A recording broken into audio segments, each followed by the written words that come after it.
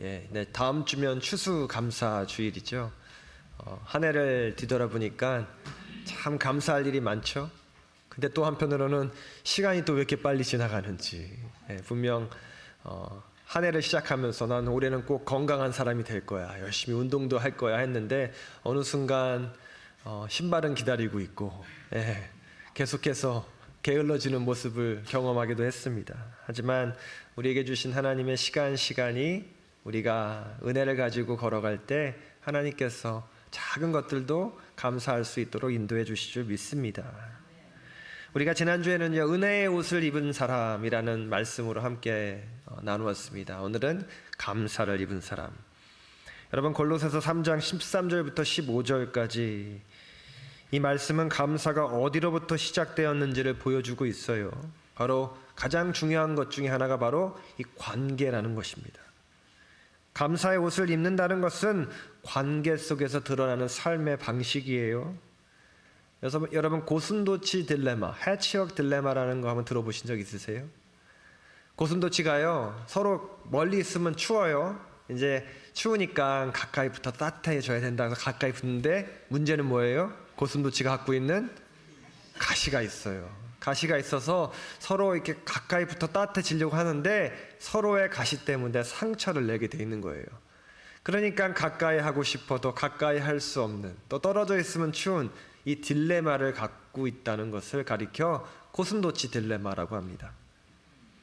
여러분, 팬데믹 상황 동안에요, 이 고슴도치 딜레마가 우리의 삶을 무겁게 짓눌렀다는 거예요. 여러분, 사람들과 가까이 지내고 싶지만, 교회에 오고 싶었지만 교회에 올 수가 없었죠. 제가 예전에 미국 교회에서 이제 예배를 드리고요, 그래도 우리 예배 끝난 다음에 미국 교회는 항상 커피 타임을 갖거든요. 교회 끝나고 못 가지니까 줌으로 커피 타임을 갖자 해서 온라인으로 예배를 드리고 줌으로 함께 모였어요.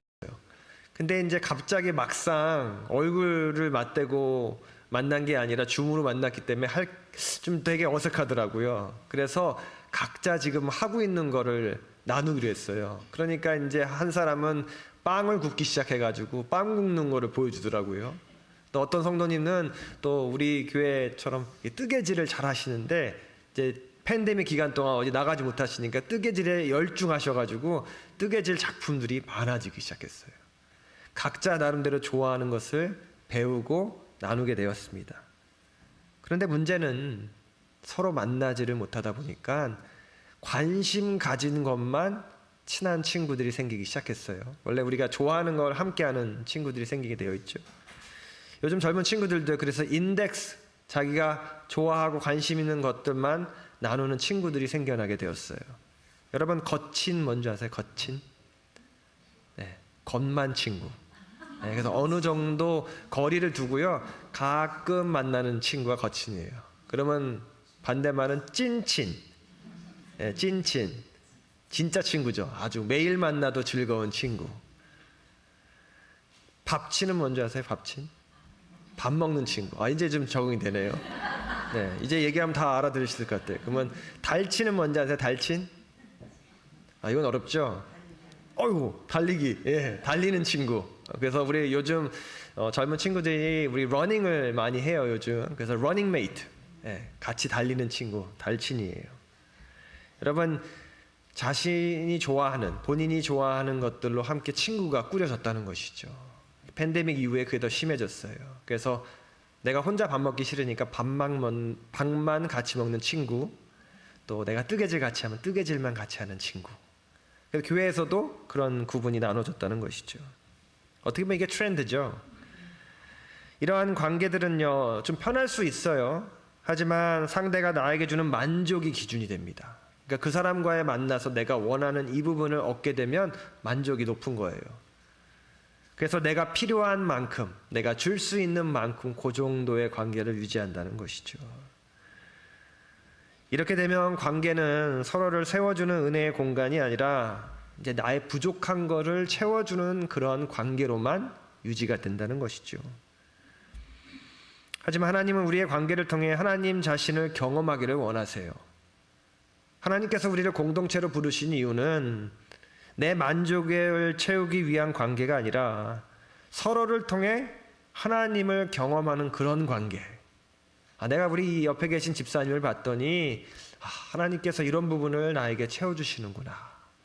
이런 관계를 원하신다는 것이죠. 하나님께서는요, 사람들과의 교제 가운데서요, 하나님의 용서를 배우게 하세요. 하나님의 인내를 경험하게 하십니다. 하나님의 사랑을 닮아가도록 우리를 인도하시는 것이죠. 그리고 하나님은 관계를 통해서, 사람들과 하나님과의 관계를 통해서 우리를 매 순간 변화시키시고 우리가 더욱더 성숙해지고 깊어가는 성화의 삶을 살 수 있도록 이 교회를 이렇게 구성해 주신 거예요. 그렇기 때문에 여러분 옆에 뒤에 계신 분들이요, 참 소중한 분들입니다. 여러분 신앙생활함에 있어서 그분들이요, 여러분들에게 용서하게 하시고 인내하게 하시고 사랑 경험하게 하시도록 하나님이 보내주신 곳이 바로 이 교회고, 우리 LA 복음연합감리교회가 바로 그런 찐친의 공동체임을 믿습니다. 오늘 말씀 통해서도 우리에게 많은 은혜를 함께 해주시는데요, 13절 말씀 보면 이렇게 되어 있죠. 누구에게 불만이 있거든 서로 용납하여 피차 용서하되 주께서 너희를 용서하신 것 같이 너희도 그리하고. 바울은요, 감사를 이야기하기 전에 먼저 용서를 이야기합니다. 왜 그렇겠습니까?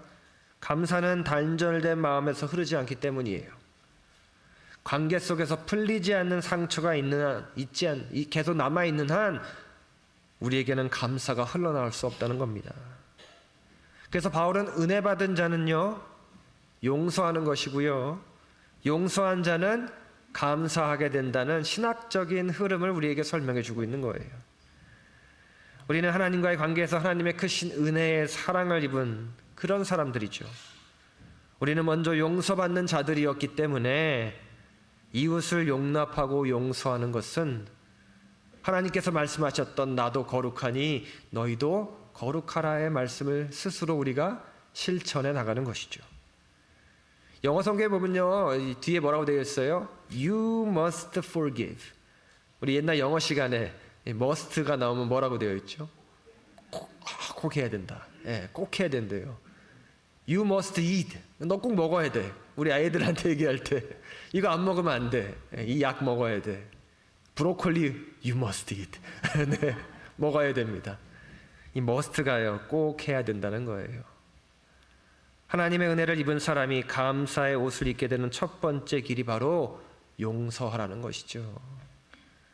창세기 50장 보면요, 이제 마지막 장에서 요셉의 이야기로 끝을 맺어요. 근데 요셉의 이야기 속에 참 깊은 은혜가 있습니다. 야곱이 죽은 다음에 요셉이 이제 아버지의 유언에 따라서 아버지를 이집트에 장사 지내지 않고요, 막벨라 굴로 가서 장사를 지내게 됩니다. 여러분, 막벨라 굴로 가는 행렬이요, 어마어마했어요. 왜냐하면 요셉이 총리 아니겠습니까? 그러니까 총리 아버지의 상을 그냥 보통으로 치르지는 않는 것이죠. 행렬이 엄청나게 길었고요, 가지고 간 물건들이 엄청나게 많았습니다. 그래서 그것을 지켜본 가나안 사람들이요, 아니 도대체 누가 죽었길래 어떻게 이렇게 크게 장례식을 치르냐라고 놀라면서요, 가나안 사람들이 아벨 미스라임 이렇게 이야기하는데, 이제 누가 요셉이 히브리인인지 모르잖아요. 그러면서 가나안 사람들이 행렬을 보고 이집트 사람들이 크게 슬피 울었다라고 이야기하고 있는 거예요. 여러분, 야곱의 죽음을 두고 요셉은 정말 정성스럽게 아버지를 장례식을 치러줬습니다. 자기가 할 수 있는 걸 최선을 다했어요. 그런데요, 이 장례식을 아름답게 치르는 과정 속에 은혜가 없는 사람들이 있는데 누구냐면 요셉의 형님들이에요. 야곱이 분명히 유언을 했지만 이 형님들은요, 이 장례식 가운데서 아버지가 사라졌기 때문에 너무나 불안해 있습니다. 창세기 50장 17절 말씀 보면요, 너희는 이같이 요셉에게 이르라. 내 형들이 내게 악을 행하였을지라도 이제 바라건대 그들의 허물과 죄를 용서하라 하셨나니 당신 아버지의 하나님의 종들인 우리 죄를 이제 용서하소서 하매 요셉이 그들이 그에게 하는 말을 들을 때에 울었더라. 여러분, 야곱이 남긴 유언은요, 요셉에게 형들을 용서해 줘라, 형들을 미워하지 말아라, 이런 말을 남기고 죽었어요. 세번역 성경에 보면요, 아우님 이렇게 불러요. 예. 이제 동생인데도요, 아우님 이렇게 부르고 시작을 합니다. 얼마나 겁에 질려 있습니까? 여러분, 이집트의 최고 권력의 정점에 있는 사람이 자기들 동생인데요, 그 동생을 자기들이 예전에 팔아넘겼고 미워했어요. 괴롭혔어요. 여러분, 그 자기들 생각 같아선 동생이 자기들을 죽일 게 분명했다는 것이죠. 그런데 성경은 뭐라고 기록하고 있습니까? 그 말을 들은 요셉이 울었더라. 그의 눈물에는요, 이미 오래전에 형들을 용서한 마음이 담겨 있는 것 같아요. 여전히 죄책감 속에 묶여있는 형들을 향한 연민도 담겨 있는 것 같아요. 모든 악을 선으로 바꾸시는 하나님의 섭리에 대한 감동도 담겨 있습니다.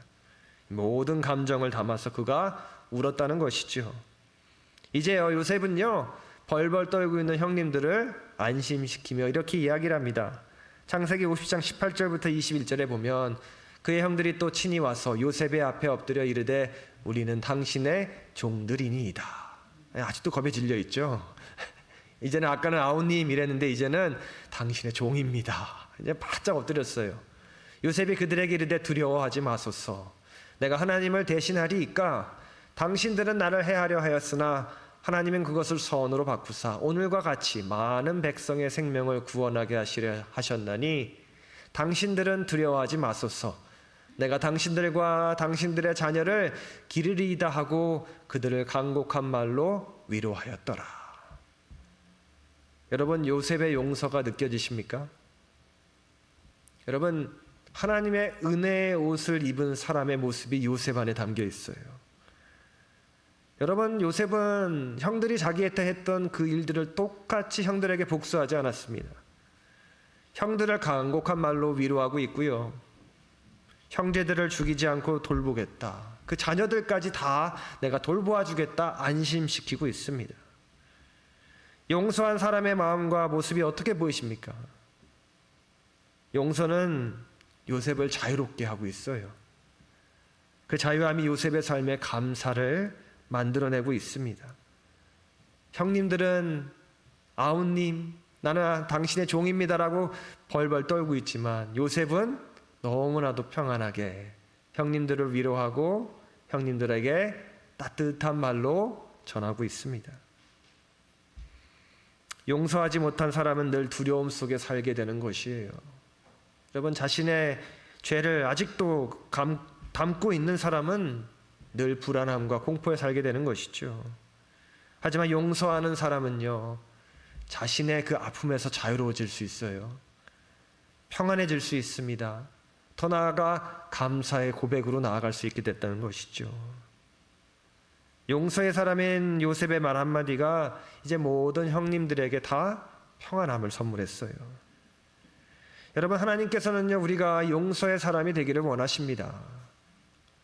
감사의 옷을 입기 위해 우리는 용서할 수 있는 결단이 가장 중요한 것이죠. 그 용서의 옷을 입은 사람에게 하나님은 하나님의 은혜의 옷을 덧입혀 주시고 더 나아가 우리의 삶 가운데 풍성한 은혜로 인도하신다는 것입니다. 여러분, 아직도 마음속에 아픔이 있으시다면 오늘 당장이 아니더라도 매 순간 삶을 살아가면서 그 사람을 용서함으로 여러분들이 더욱더 자유로워지시고 더욱더 평안으로 인도하시기를 간절히 축원합니다. 바울은요, 이어서 14절에 이렇게 이야기를 해요. 이 모든 것 위에 사랑을 더하라. 이는 온전하게 매는 띠니라. 영어 번역을 보면 아주 깊은 의미가 있죠. Love which binds everything together in perfect harmony. 여러분, 완벽한 하모니. 얼마나 좋습니까? 여러분, 조금만 불협화음이 나도 우리의 귀를 거스리죠. 근데 사랑이 함께 엮이면 완벽한 하모니로 이루어진다는 것입니다. 완벽한 조화로움을 이룰 수 있다는 거예요. 그리고 완벽한 조화로움을 완성하는 것이 바로 사랑이라고 바울은 한 번 더 이야기하고 있어요. 탈무드에요, 이런 이야기가 있습니다. 아내의 키가 작다면 몸을 굽혀 속삭여라. 예, 남자들이 문제예요, 예전부터. 왜냐하면 이렇게 보면요, 남자들이 잘못한 걸 탈무드에서 항상 얘기들 하더라고요. 아내의 키가 작다면 당연히 몸을 굽혀 속삭일 수 있는 것이 배려라는 것이죠. 여러분, 하나님께서 말씀하시는 사랑은요, 완벽해질 수 있는 건요, 바로 배려에서 시작될 수 있다는 거예요. 여러분, 그리스도인의 사랑은요, 감정의 사랑보다 더 깊은 사랑입니다. 왜냐하면 죽을 수밖에 없었던 우리가 예수 그리스도의 십자가 은혜로 새로운 삶을 얻었기 때문에 십자가 사랑이야만큼 가장 소중하고 귀한 사랑이에요. 그렇기 때문에 우리가 그 사랑을 전한다는 것은, 그 배려한다는 것은요, 그 정도의 깊이와 무게가 있다는 것이죠. 탈무드에 보면요, 등불을 든 할아버지 이야기가 나와요. 한 청년이요, 길을 가고 있는데 점점 어두워지기 시작합니다. 길을 가다 보니까요, 돌뿌리에 걸려 넘어지기도 하고요. 점점 어두워서 앞을 볼 수가 없을 지경에 이르렀어요. 가다 보니까 너무나 어려워요. 근데 저 뒤를 보니까 불빛이 있는데 점점 그에게 다가오고 있어요. 아, 잘 됐다. 내가 이렇게 이 어두운 길을 걸어가는데 저 불빛이 있어 좋다라고 했는데, 불빛을 자세히 보니까 불빛이요, 그 길대로 오는 것이 아니라 삐뚤빼뚤 이리저리 흔들리면서 오는 거예요. 가까이 가서 보니까 한 할아버지가 등불을 들고 계십니다. 할아버지한테 이렇게 물어요. 아니, 할아버지 왜 이렇게 힘들게 걷고 계세요? 그러니까 할아버지가 이렇게 이야기합니다. 난 낮이나 밤이나 걸어 다니기가 아주 힘이 드는 사람입니다. 왜 그렇겠어요? 안 보이시는 맹인인 거예요. 그러면서 노인이 이렇게 이야기합니다. 이 등불은요, 나를 위한 것이 아니라 앞이 보이는 당신 같은 사람들을 위한, 이 밤의 길을 위한 그런 등불입니다 라고 이야기를 하는 거예요. 여러분, 이 할아버지의 배려가 어떻습니까? 자신이야 낮과 밤 똑같죠. 지팡이를 짚고 갈 수 있는 곳을 하나 둘씩 찾아가며 걷기에 어렵지만 밤에도 낮에도 갈 수 있어요. 그런데 이 할아버지가 밤에 나설 때마다 등불을 들고 나서는 이유는 본인을 위한 것이 아니라 길을 헤맬까 두려운 사람들을 위해 배려하는 마음으로 등불을 들고 가고 있다는 것이죠. 여러분, 이웃을 배려하는 것은 특별히 어려운 것이 아니에요. 그 사람이 온전한 길을 걸어갈 수 있도록 등불을 들고 그 길을 비춰주는 사람이 되는 것이 바로 배려의 사람입니다. 나에게는 보이지 않아도 누군가의 길을 비춰주는 등불을 두는 것, 이것이 우리 그리스도인들이 행해야 될 배려일 줄 믿습니다. 그리고 이 배려가 in perfect harmony, 사랑으로 완벽한 하모니를 이루어진다는 것이죠. 저도 목회를 하면서요, 여러분, 제가 잘 해야 되는 부분들을 늘 고민하게 됩니다. 어떻게 하면 우리 성도님들이 신앙생활을 잘 이어나가실 수 있을까? 우리 성도님들이 때론 어려움과 아픔과 고난 때문에 넘어지지 않고 그 길을 지혜롭게 하나님 말씀 붙잡고 걸어갈 수 있을까? 그렇게 늘 고민하고 준비하는 마음을 가지고 있습니다. 성도님들에게 닥친 그 시련과 고난을요, 운명으로 바라보는 것이 아니라 하나님의 계획과 인도하심이 있다는 것을 분명히 믿고 함께 걸어갈 수 있는 배려, 그것이 목회자의 목회라고 저는 믿습니다. 우리가요, 드리는 예배와 말씀과 또한 성도 간의 교제 모두가 서로를 위한 배려가 있어야 온전한 사랑의 조화, perfect harmony가 이루어질 수 있다는 것이죠. 저뿐만 아니라 우리 모든 성도님들이 이런 배려를 가지고 사람들과 함께 하나님의 사랑을 전하는 우리 모두 되기를 간절히 축원합니다. 옆에 계신 분이요, 여러분이 어두운 길을 걸을 때 등불을 밝혀주는 그런 분일 줄 믿어요. 뒤에 계신 분, 앞에 계신 분이요, 우리가 고난 가운데 있을 때 우리를 위해 기도해 주시는 분이실 줄 믿습니다. 여러분, 그렇게 서로를 바라보게 되면 어떻게 사랑 안 할 수 있습니까? 우리에게 하나님의 사랑이 찾아온다는 것이죠. 저와 여러분들은 언제나 사랑하고 배려하며 나아가기를 간절히 축원합니다. 15절 말씀이 있는데 우리가 한 목소리 함께 읽어볼까요? 시작. 그리스도의 평강이 너희 마음을 주장하게 하라. 너희는 평강을 위하여 한 몸으로 부르심을 받았나니 너희는 또한 감사하는 자가 되라. 아멘. 여러분, 15절에서는요, 그리스도의 평강이, 평화가 우리의 마음을 지배하게 하라고 권면하고 있습니다. 용서가 관계의 상처를 풀면, 사랑이 관계를 연결했다면 평강은 우리의 마음을 지배하여 감사의 사람으로 인도하게 되는 것이죠. 주님은 나의 피난처라는 책이 있어요. 이 코리 텐 붐이라는 분이 쓰신 책이에요. 네덜란드의 1892년 독실한 기독교 가정에 태어난 코리 텐 붐은요, 아버지의 뒤를 이어서 시계공이 되는데요, 네덜란드 최초의 여성 시계공이 됩니다. 대단하죠. 아버지가 잘 가르쳤나 봐요, 따님을. 병약했던 어머니가 일찍 돌아가시고 아버지와 언니와 살게 됩니다. 나피르면 네덜란드는요, 안타깝게도 우리 2차 세계대전 때 가장 고통을 겪은 나라 중에 하나죠. 그 당시에 고통과 그런 전쟁의 소용돌이 속에서 이 크리스찬 가족인 이 코리의 가족은 자세히 보니까 억압받는 유태인들이 보이기 시작한 거예요. 그래서 그 유태인들을 안전하게 도와주는 이 하이딩 플레이스, 피난처를 자처하고 그들을 돌보게 됩니다. 그런데 어쩔 수 없이 독일 경찰에게 체포가 돼요.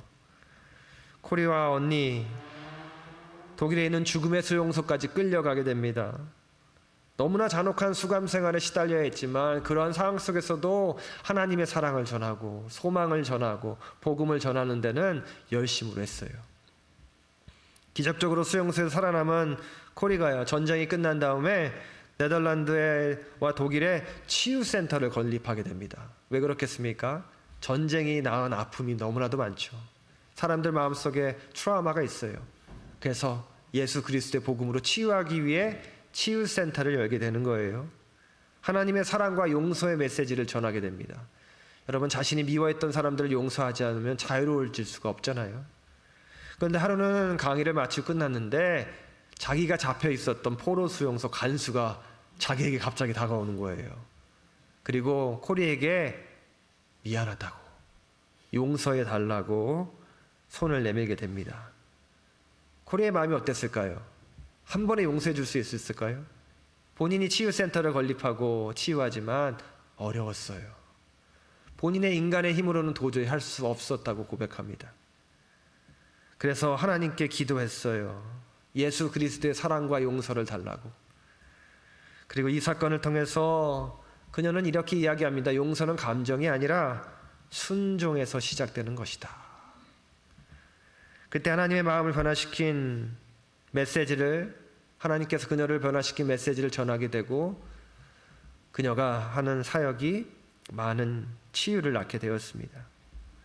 여러분, 코리의 삶을 통해 우리가 알 수 있습니다. 그녀에게 찾아온 은혜는 세상에서는 도저히 줄 수도 없고 만들어낼 수도 없는 평강의 은혜라는 것이죠. 그 평강의 은혜를 경험하고 고백했더니 코리가 어떤 사람이 되었습니까? 오늘 말씀처럼 감사하는 사람이 되었다는 것이죠. 절망밖에는 찾을 수 없는 끔찍한 수용소 감옥에서 그녀가 피할 곳, 하이딩 플레이스, 피난처는 주님밖에 없었다는 거예요. 평화를 찾을 수 없는 삶에서도 그녀가 평화를 경험할 수 있었고 하나님과 함께 동행할 수 있었다고 고백하는데, 그것은 그리스도를 따라 사는 사람에게는 그 어떤 것도 주님의 평안을 막을 수 없기 때문이죠. 여러분, 멸망과 고난을 예언했던 선지자들이 그렇게 비난을 받고 그렇게 아픔 가운데서도 어떻게 가서 복된 소식, 멸망의 소식, 하나님이 살아계신 소식을 전할 수 있었습니까? 그들 안에 평강이 있었기 때문에. 그렇기 때문에 모든 선지자들이 이야기한 말씀을 보면요, 앞부분에는 회개하라, 하나님의 말씀을 들으라, 그리고 하나님께로 돌아오라, 멸망이 앞에 다가온다라고 하지만 뒤에 부분은 어떻게 되어 있습니까?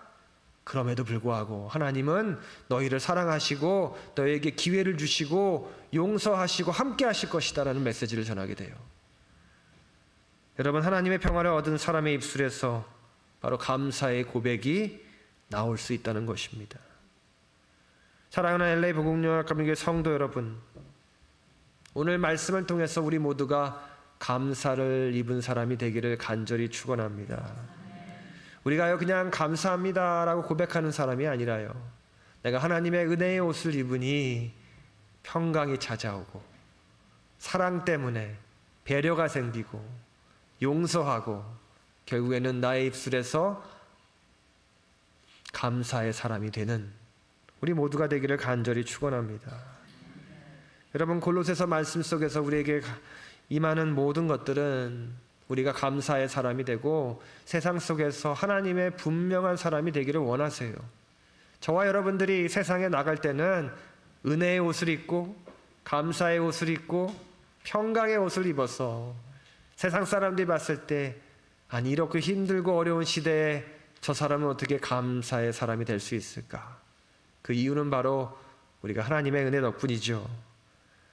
우리 스스로에게 이번 한 주간 질문했으면 좋겠습니다. 나는 지금 누구를 용서하고 있는가? 아니면 누구를 용서하지 못하는가? 나는 누구를 위해 배려의 손을 내밀고 있는가?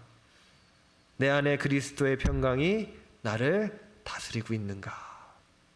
이렇게 질문하시면서 저와 여러분들이 감사의 계절, 감사의 옷을 입고 평안 가운데 한 주를 살아가시기를 간절히 축원합니다. 우리 시간 함께 기도드리시겠습니다.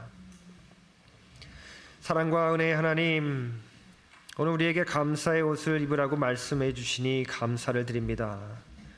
주님께서 먼저 우리를 용서하셨기에 우리도 용서하는 사람이 되게 하시고, 하나님의 사랑을 옷 입었기에 우리도 이웃을 품고 배려하는 사람이 되게 하여 주시옵소서.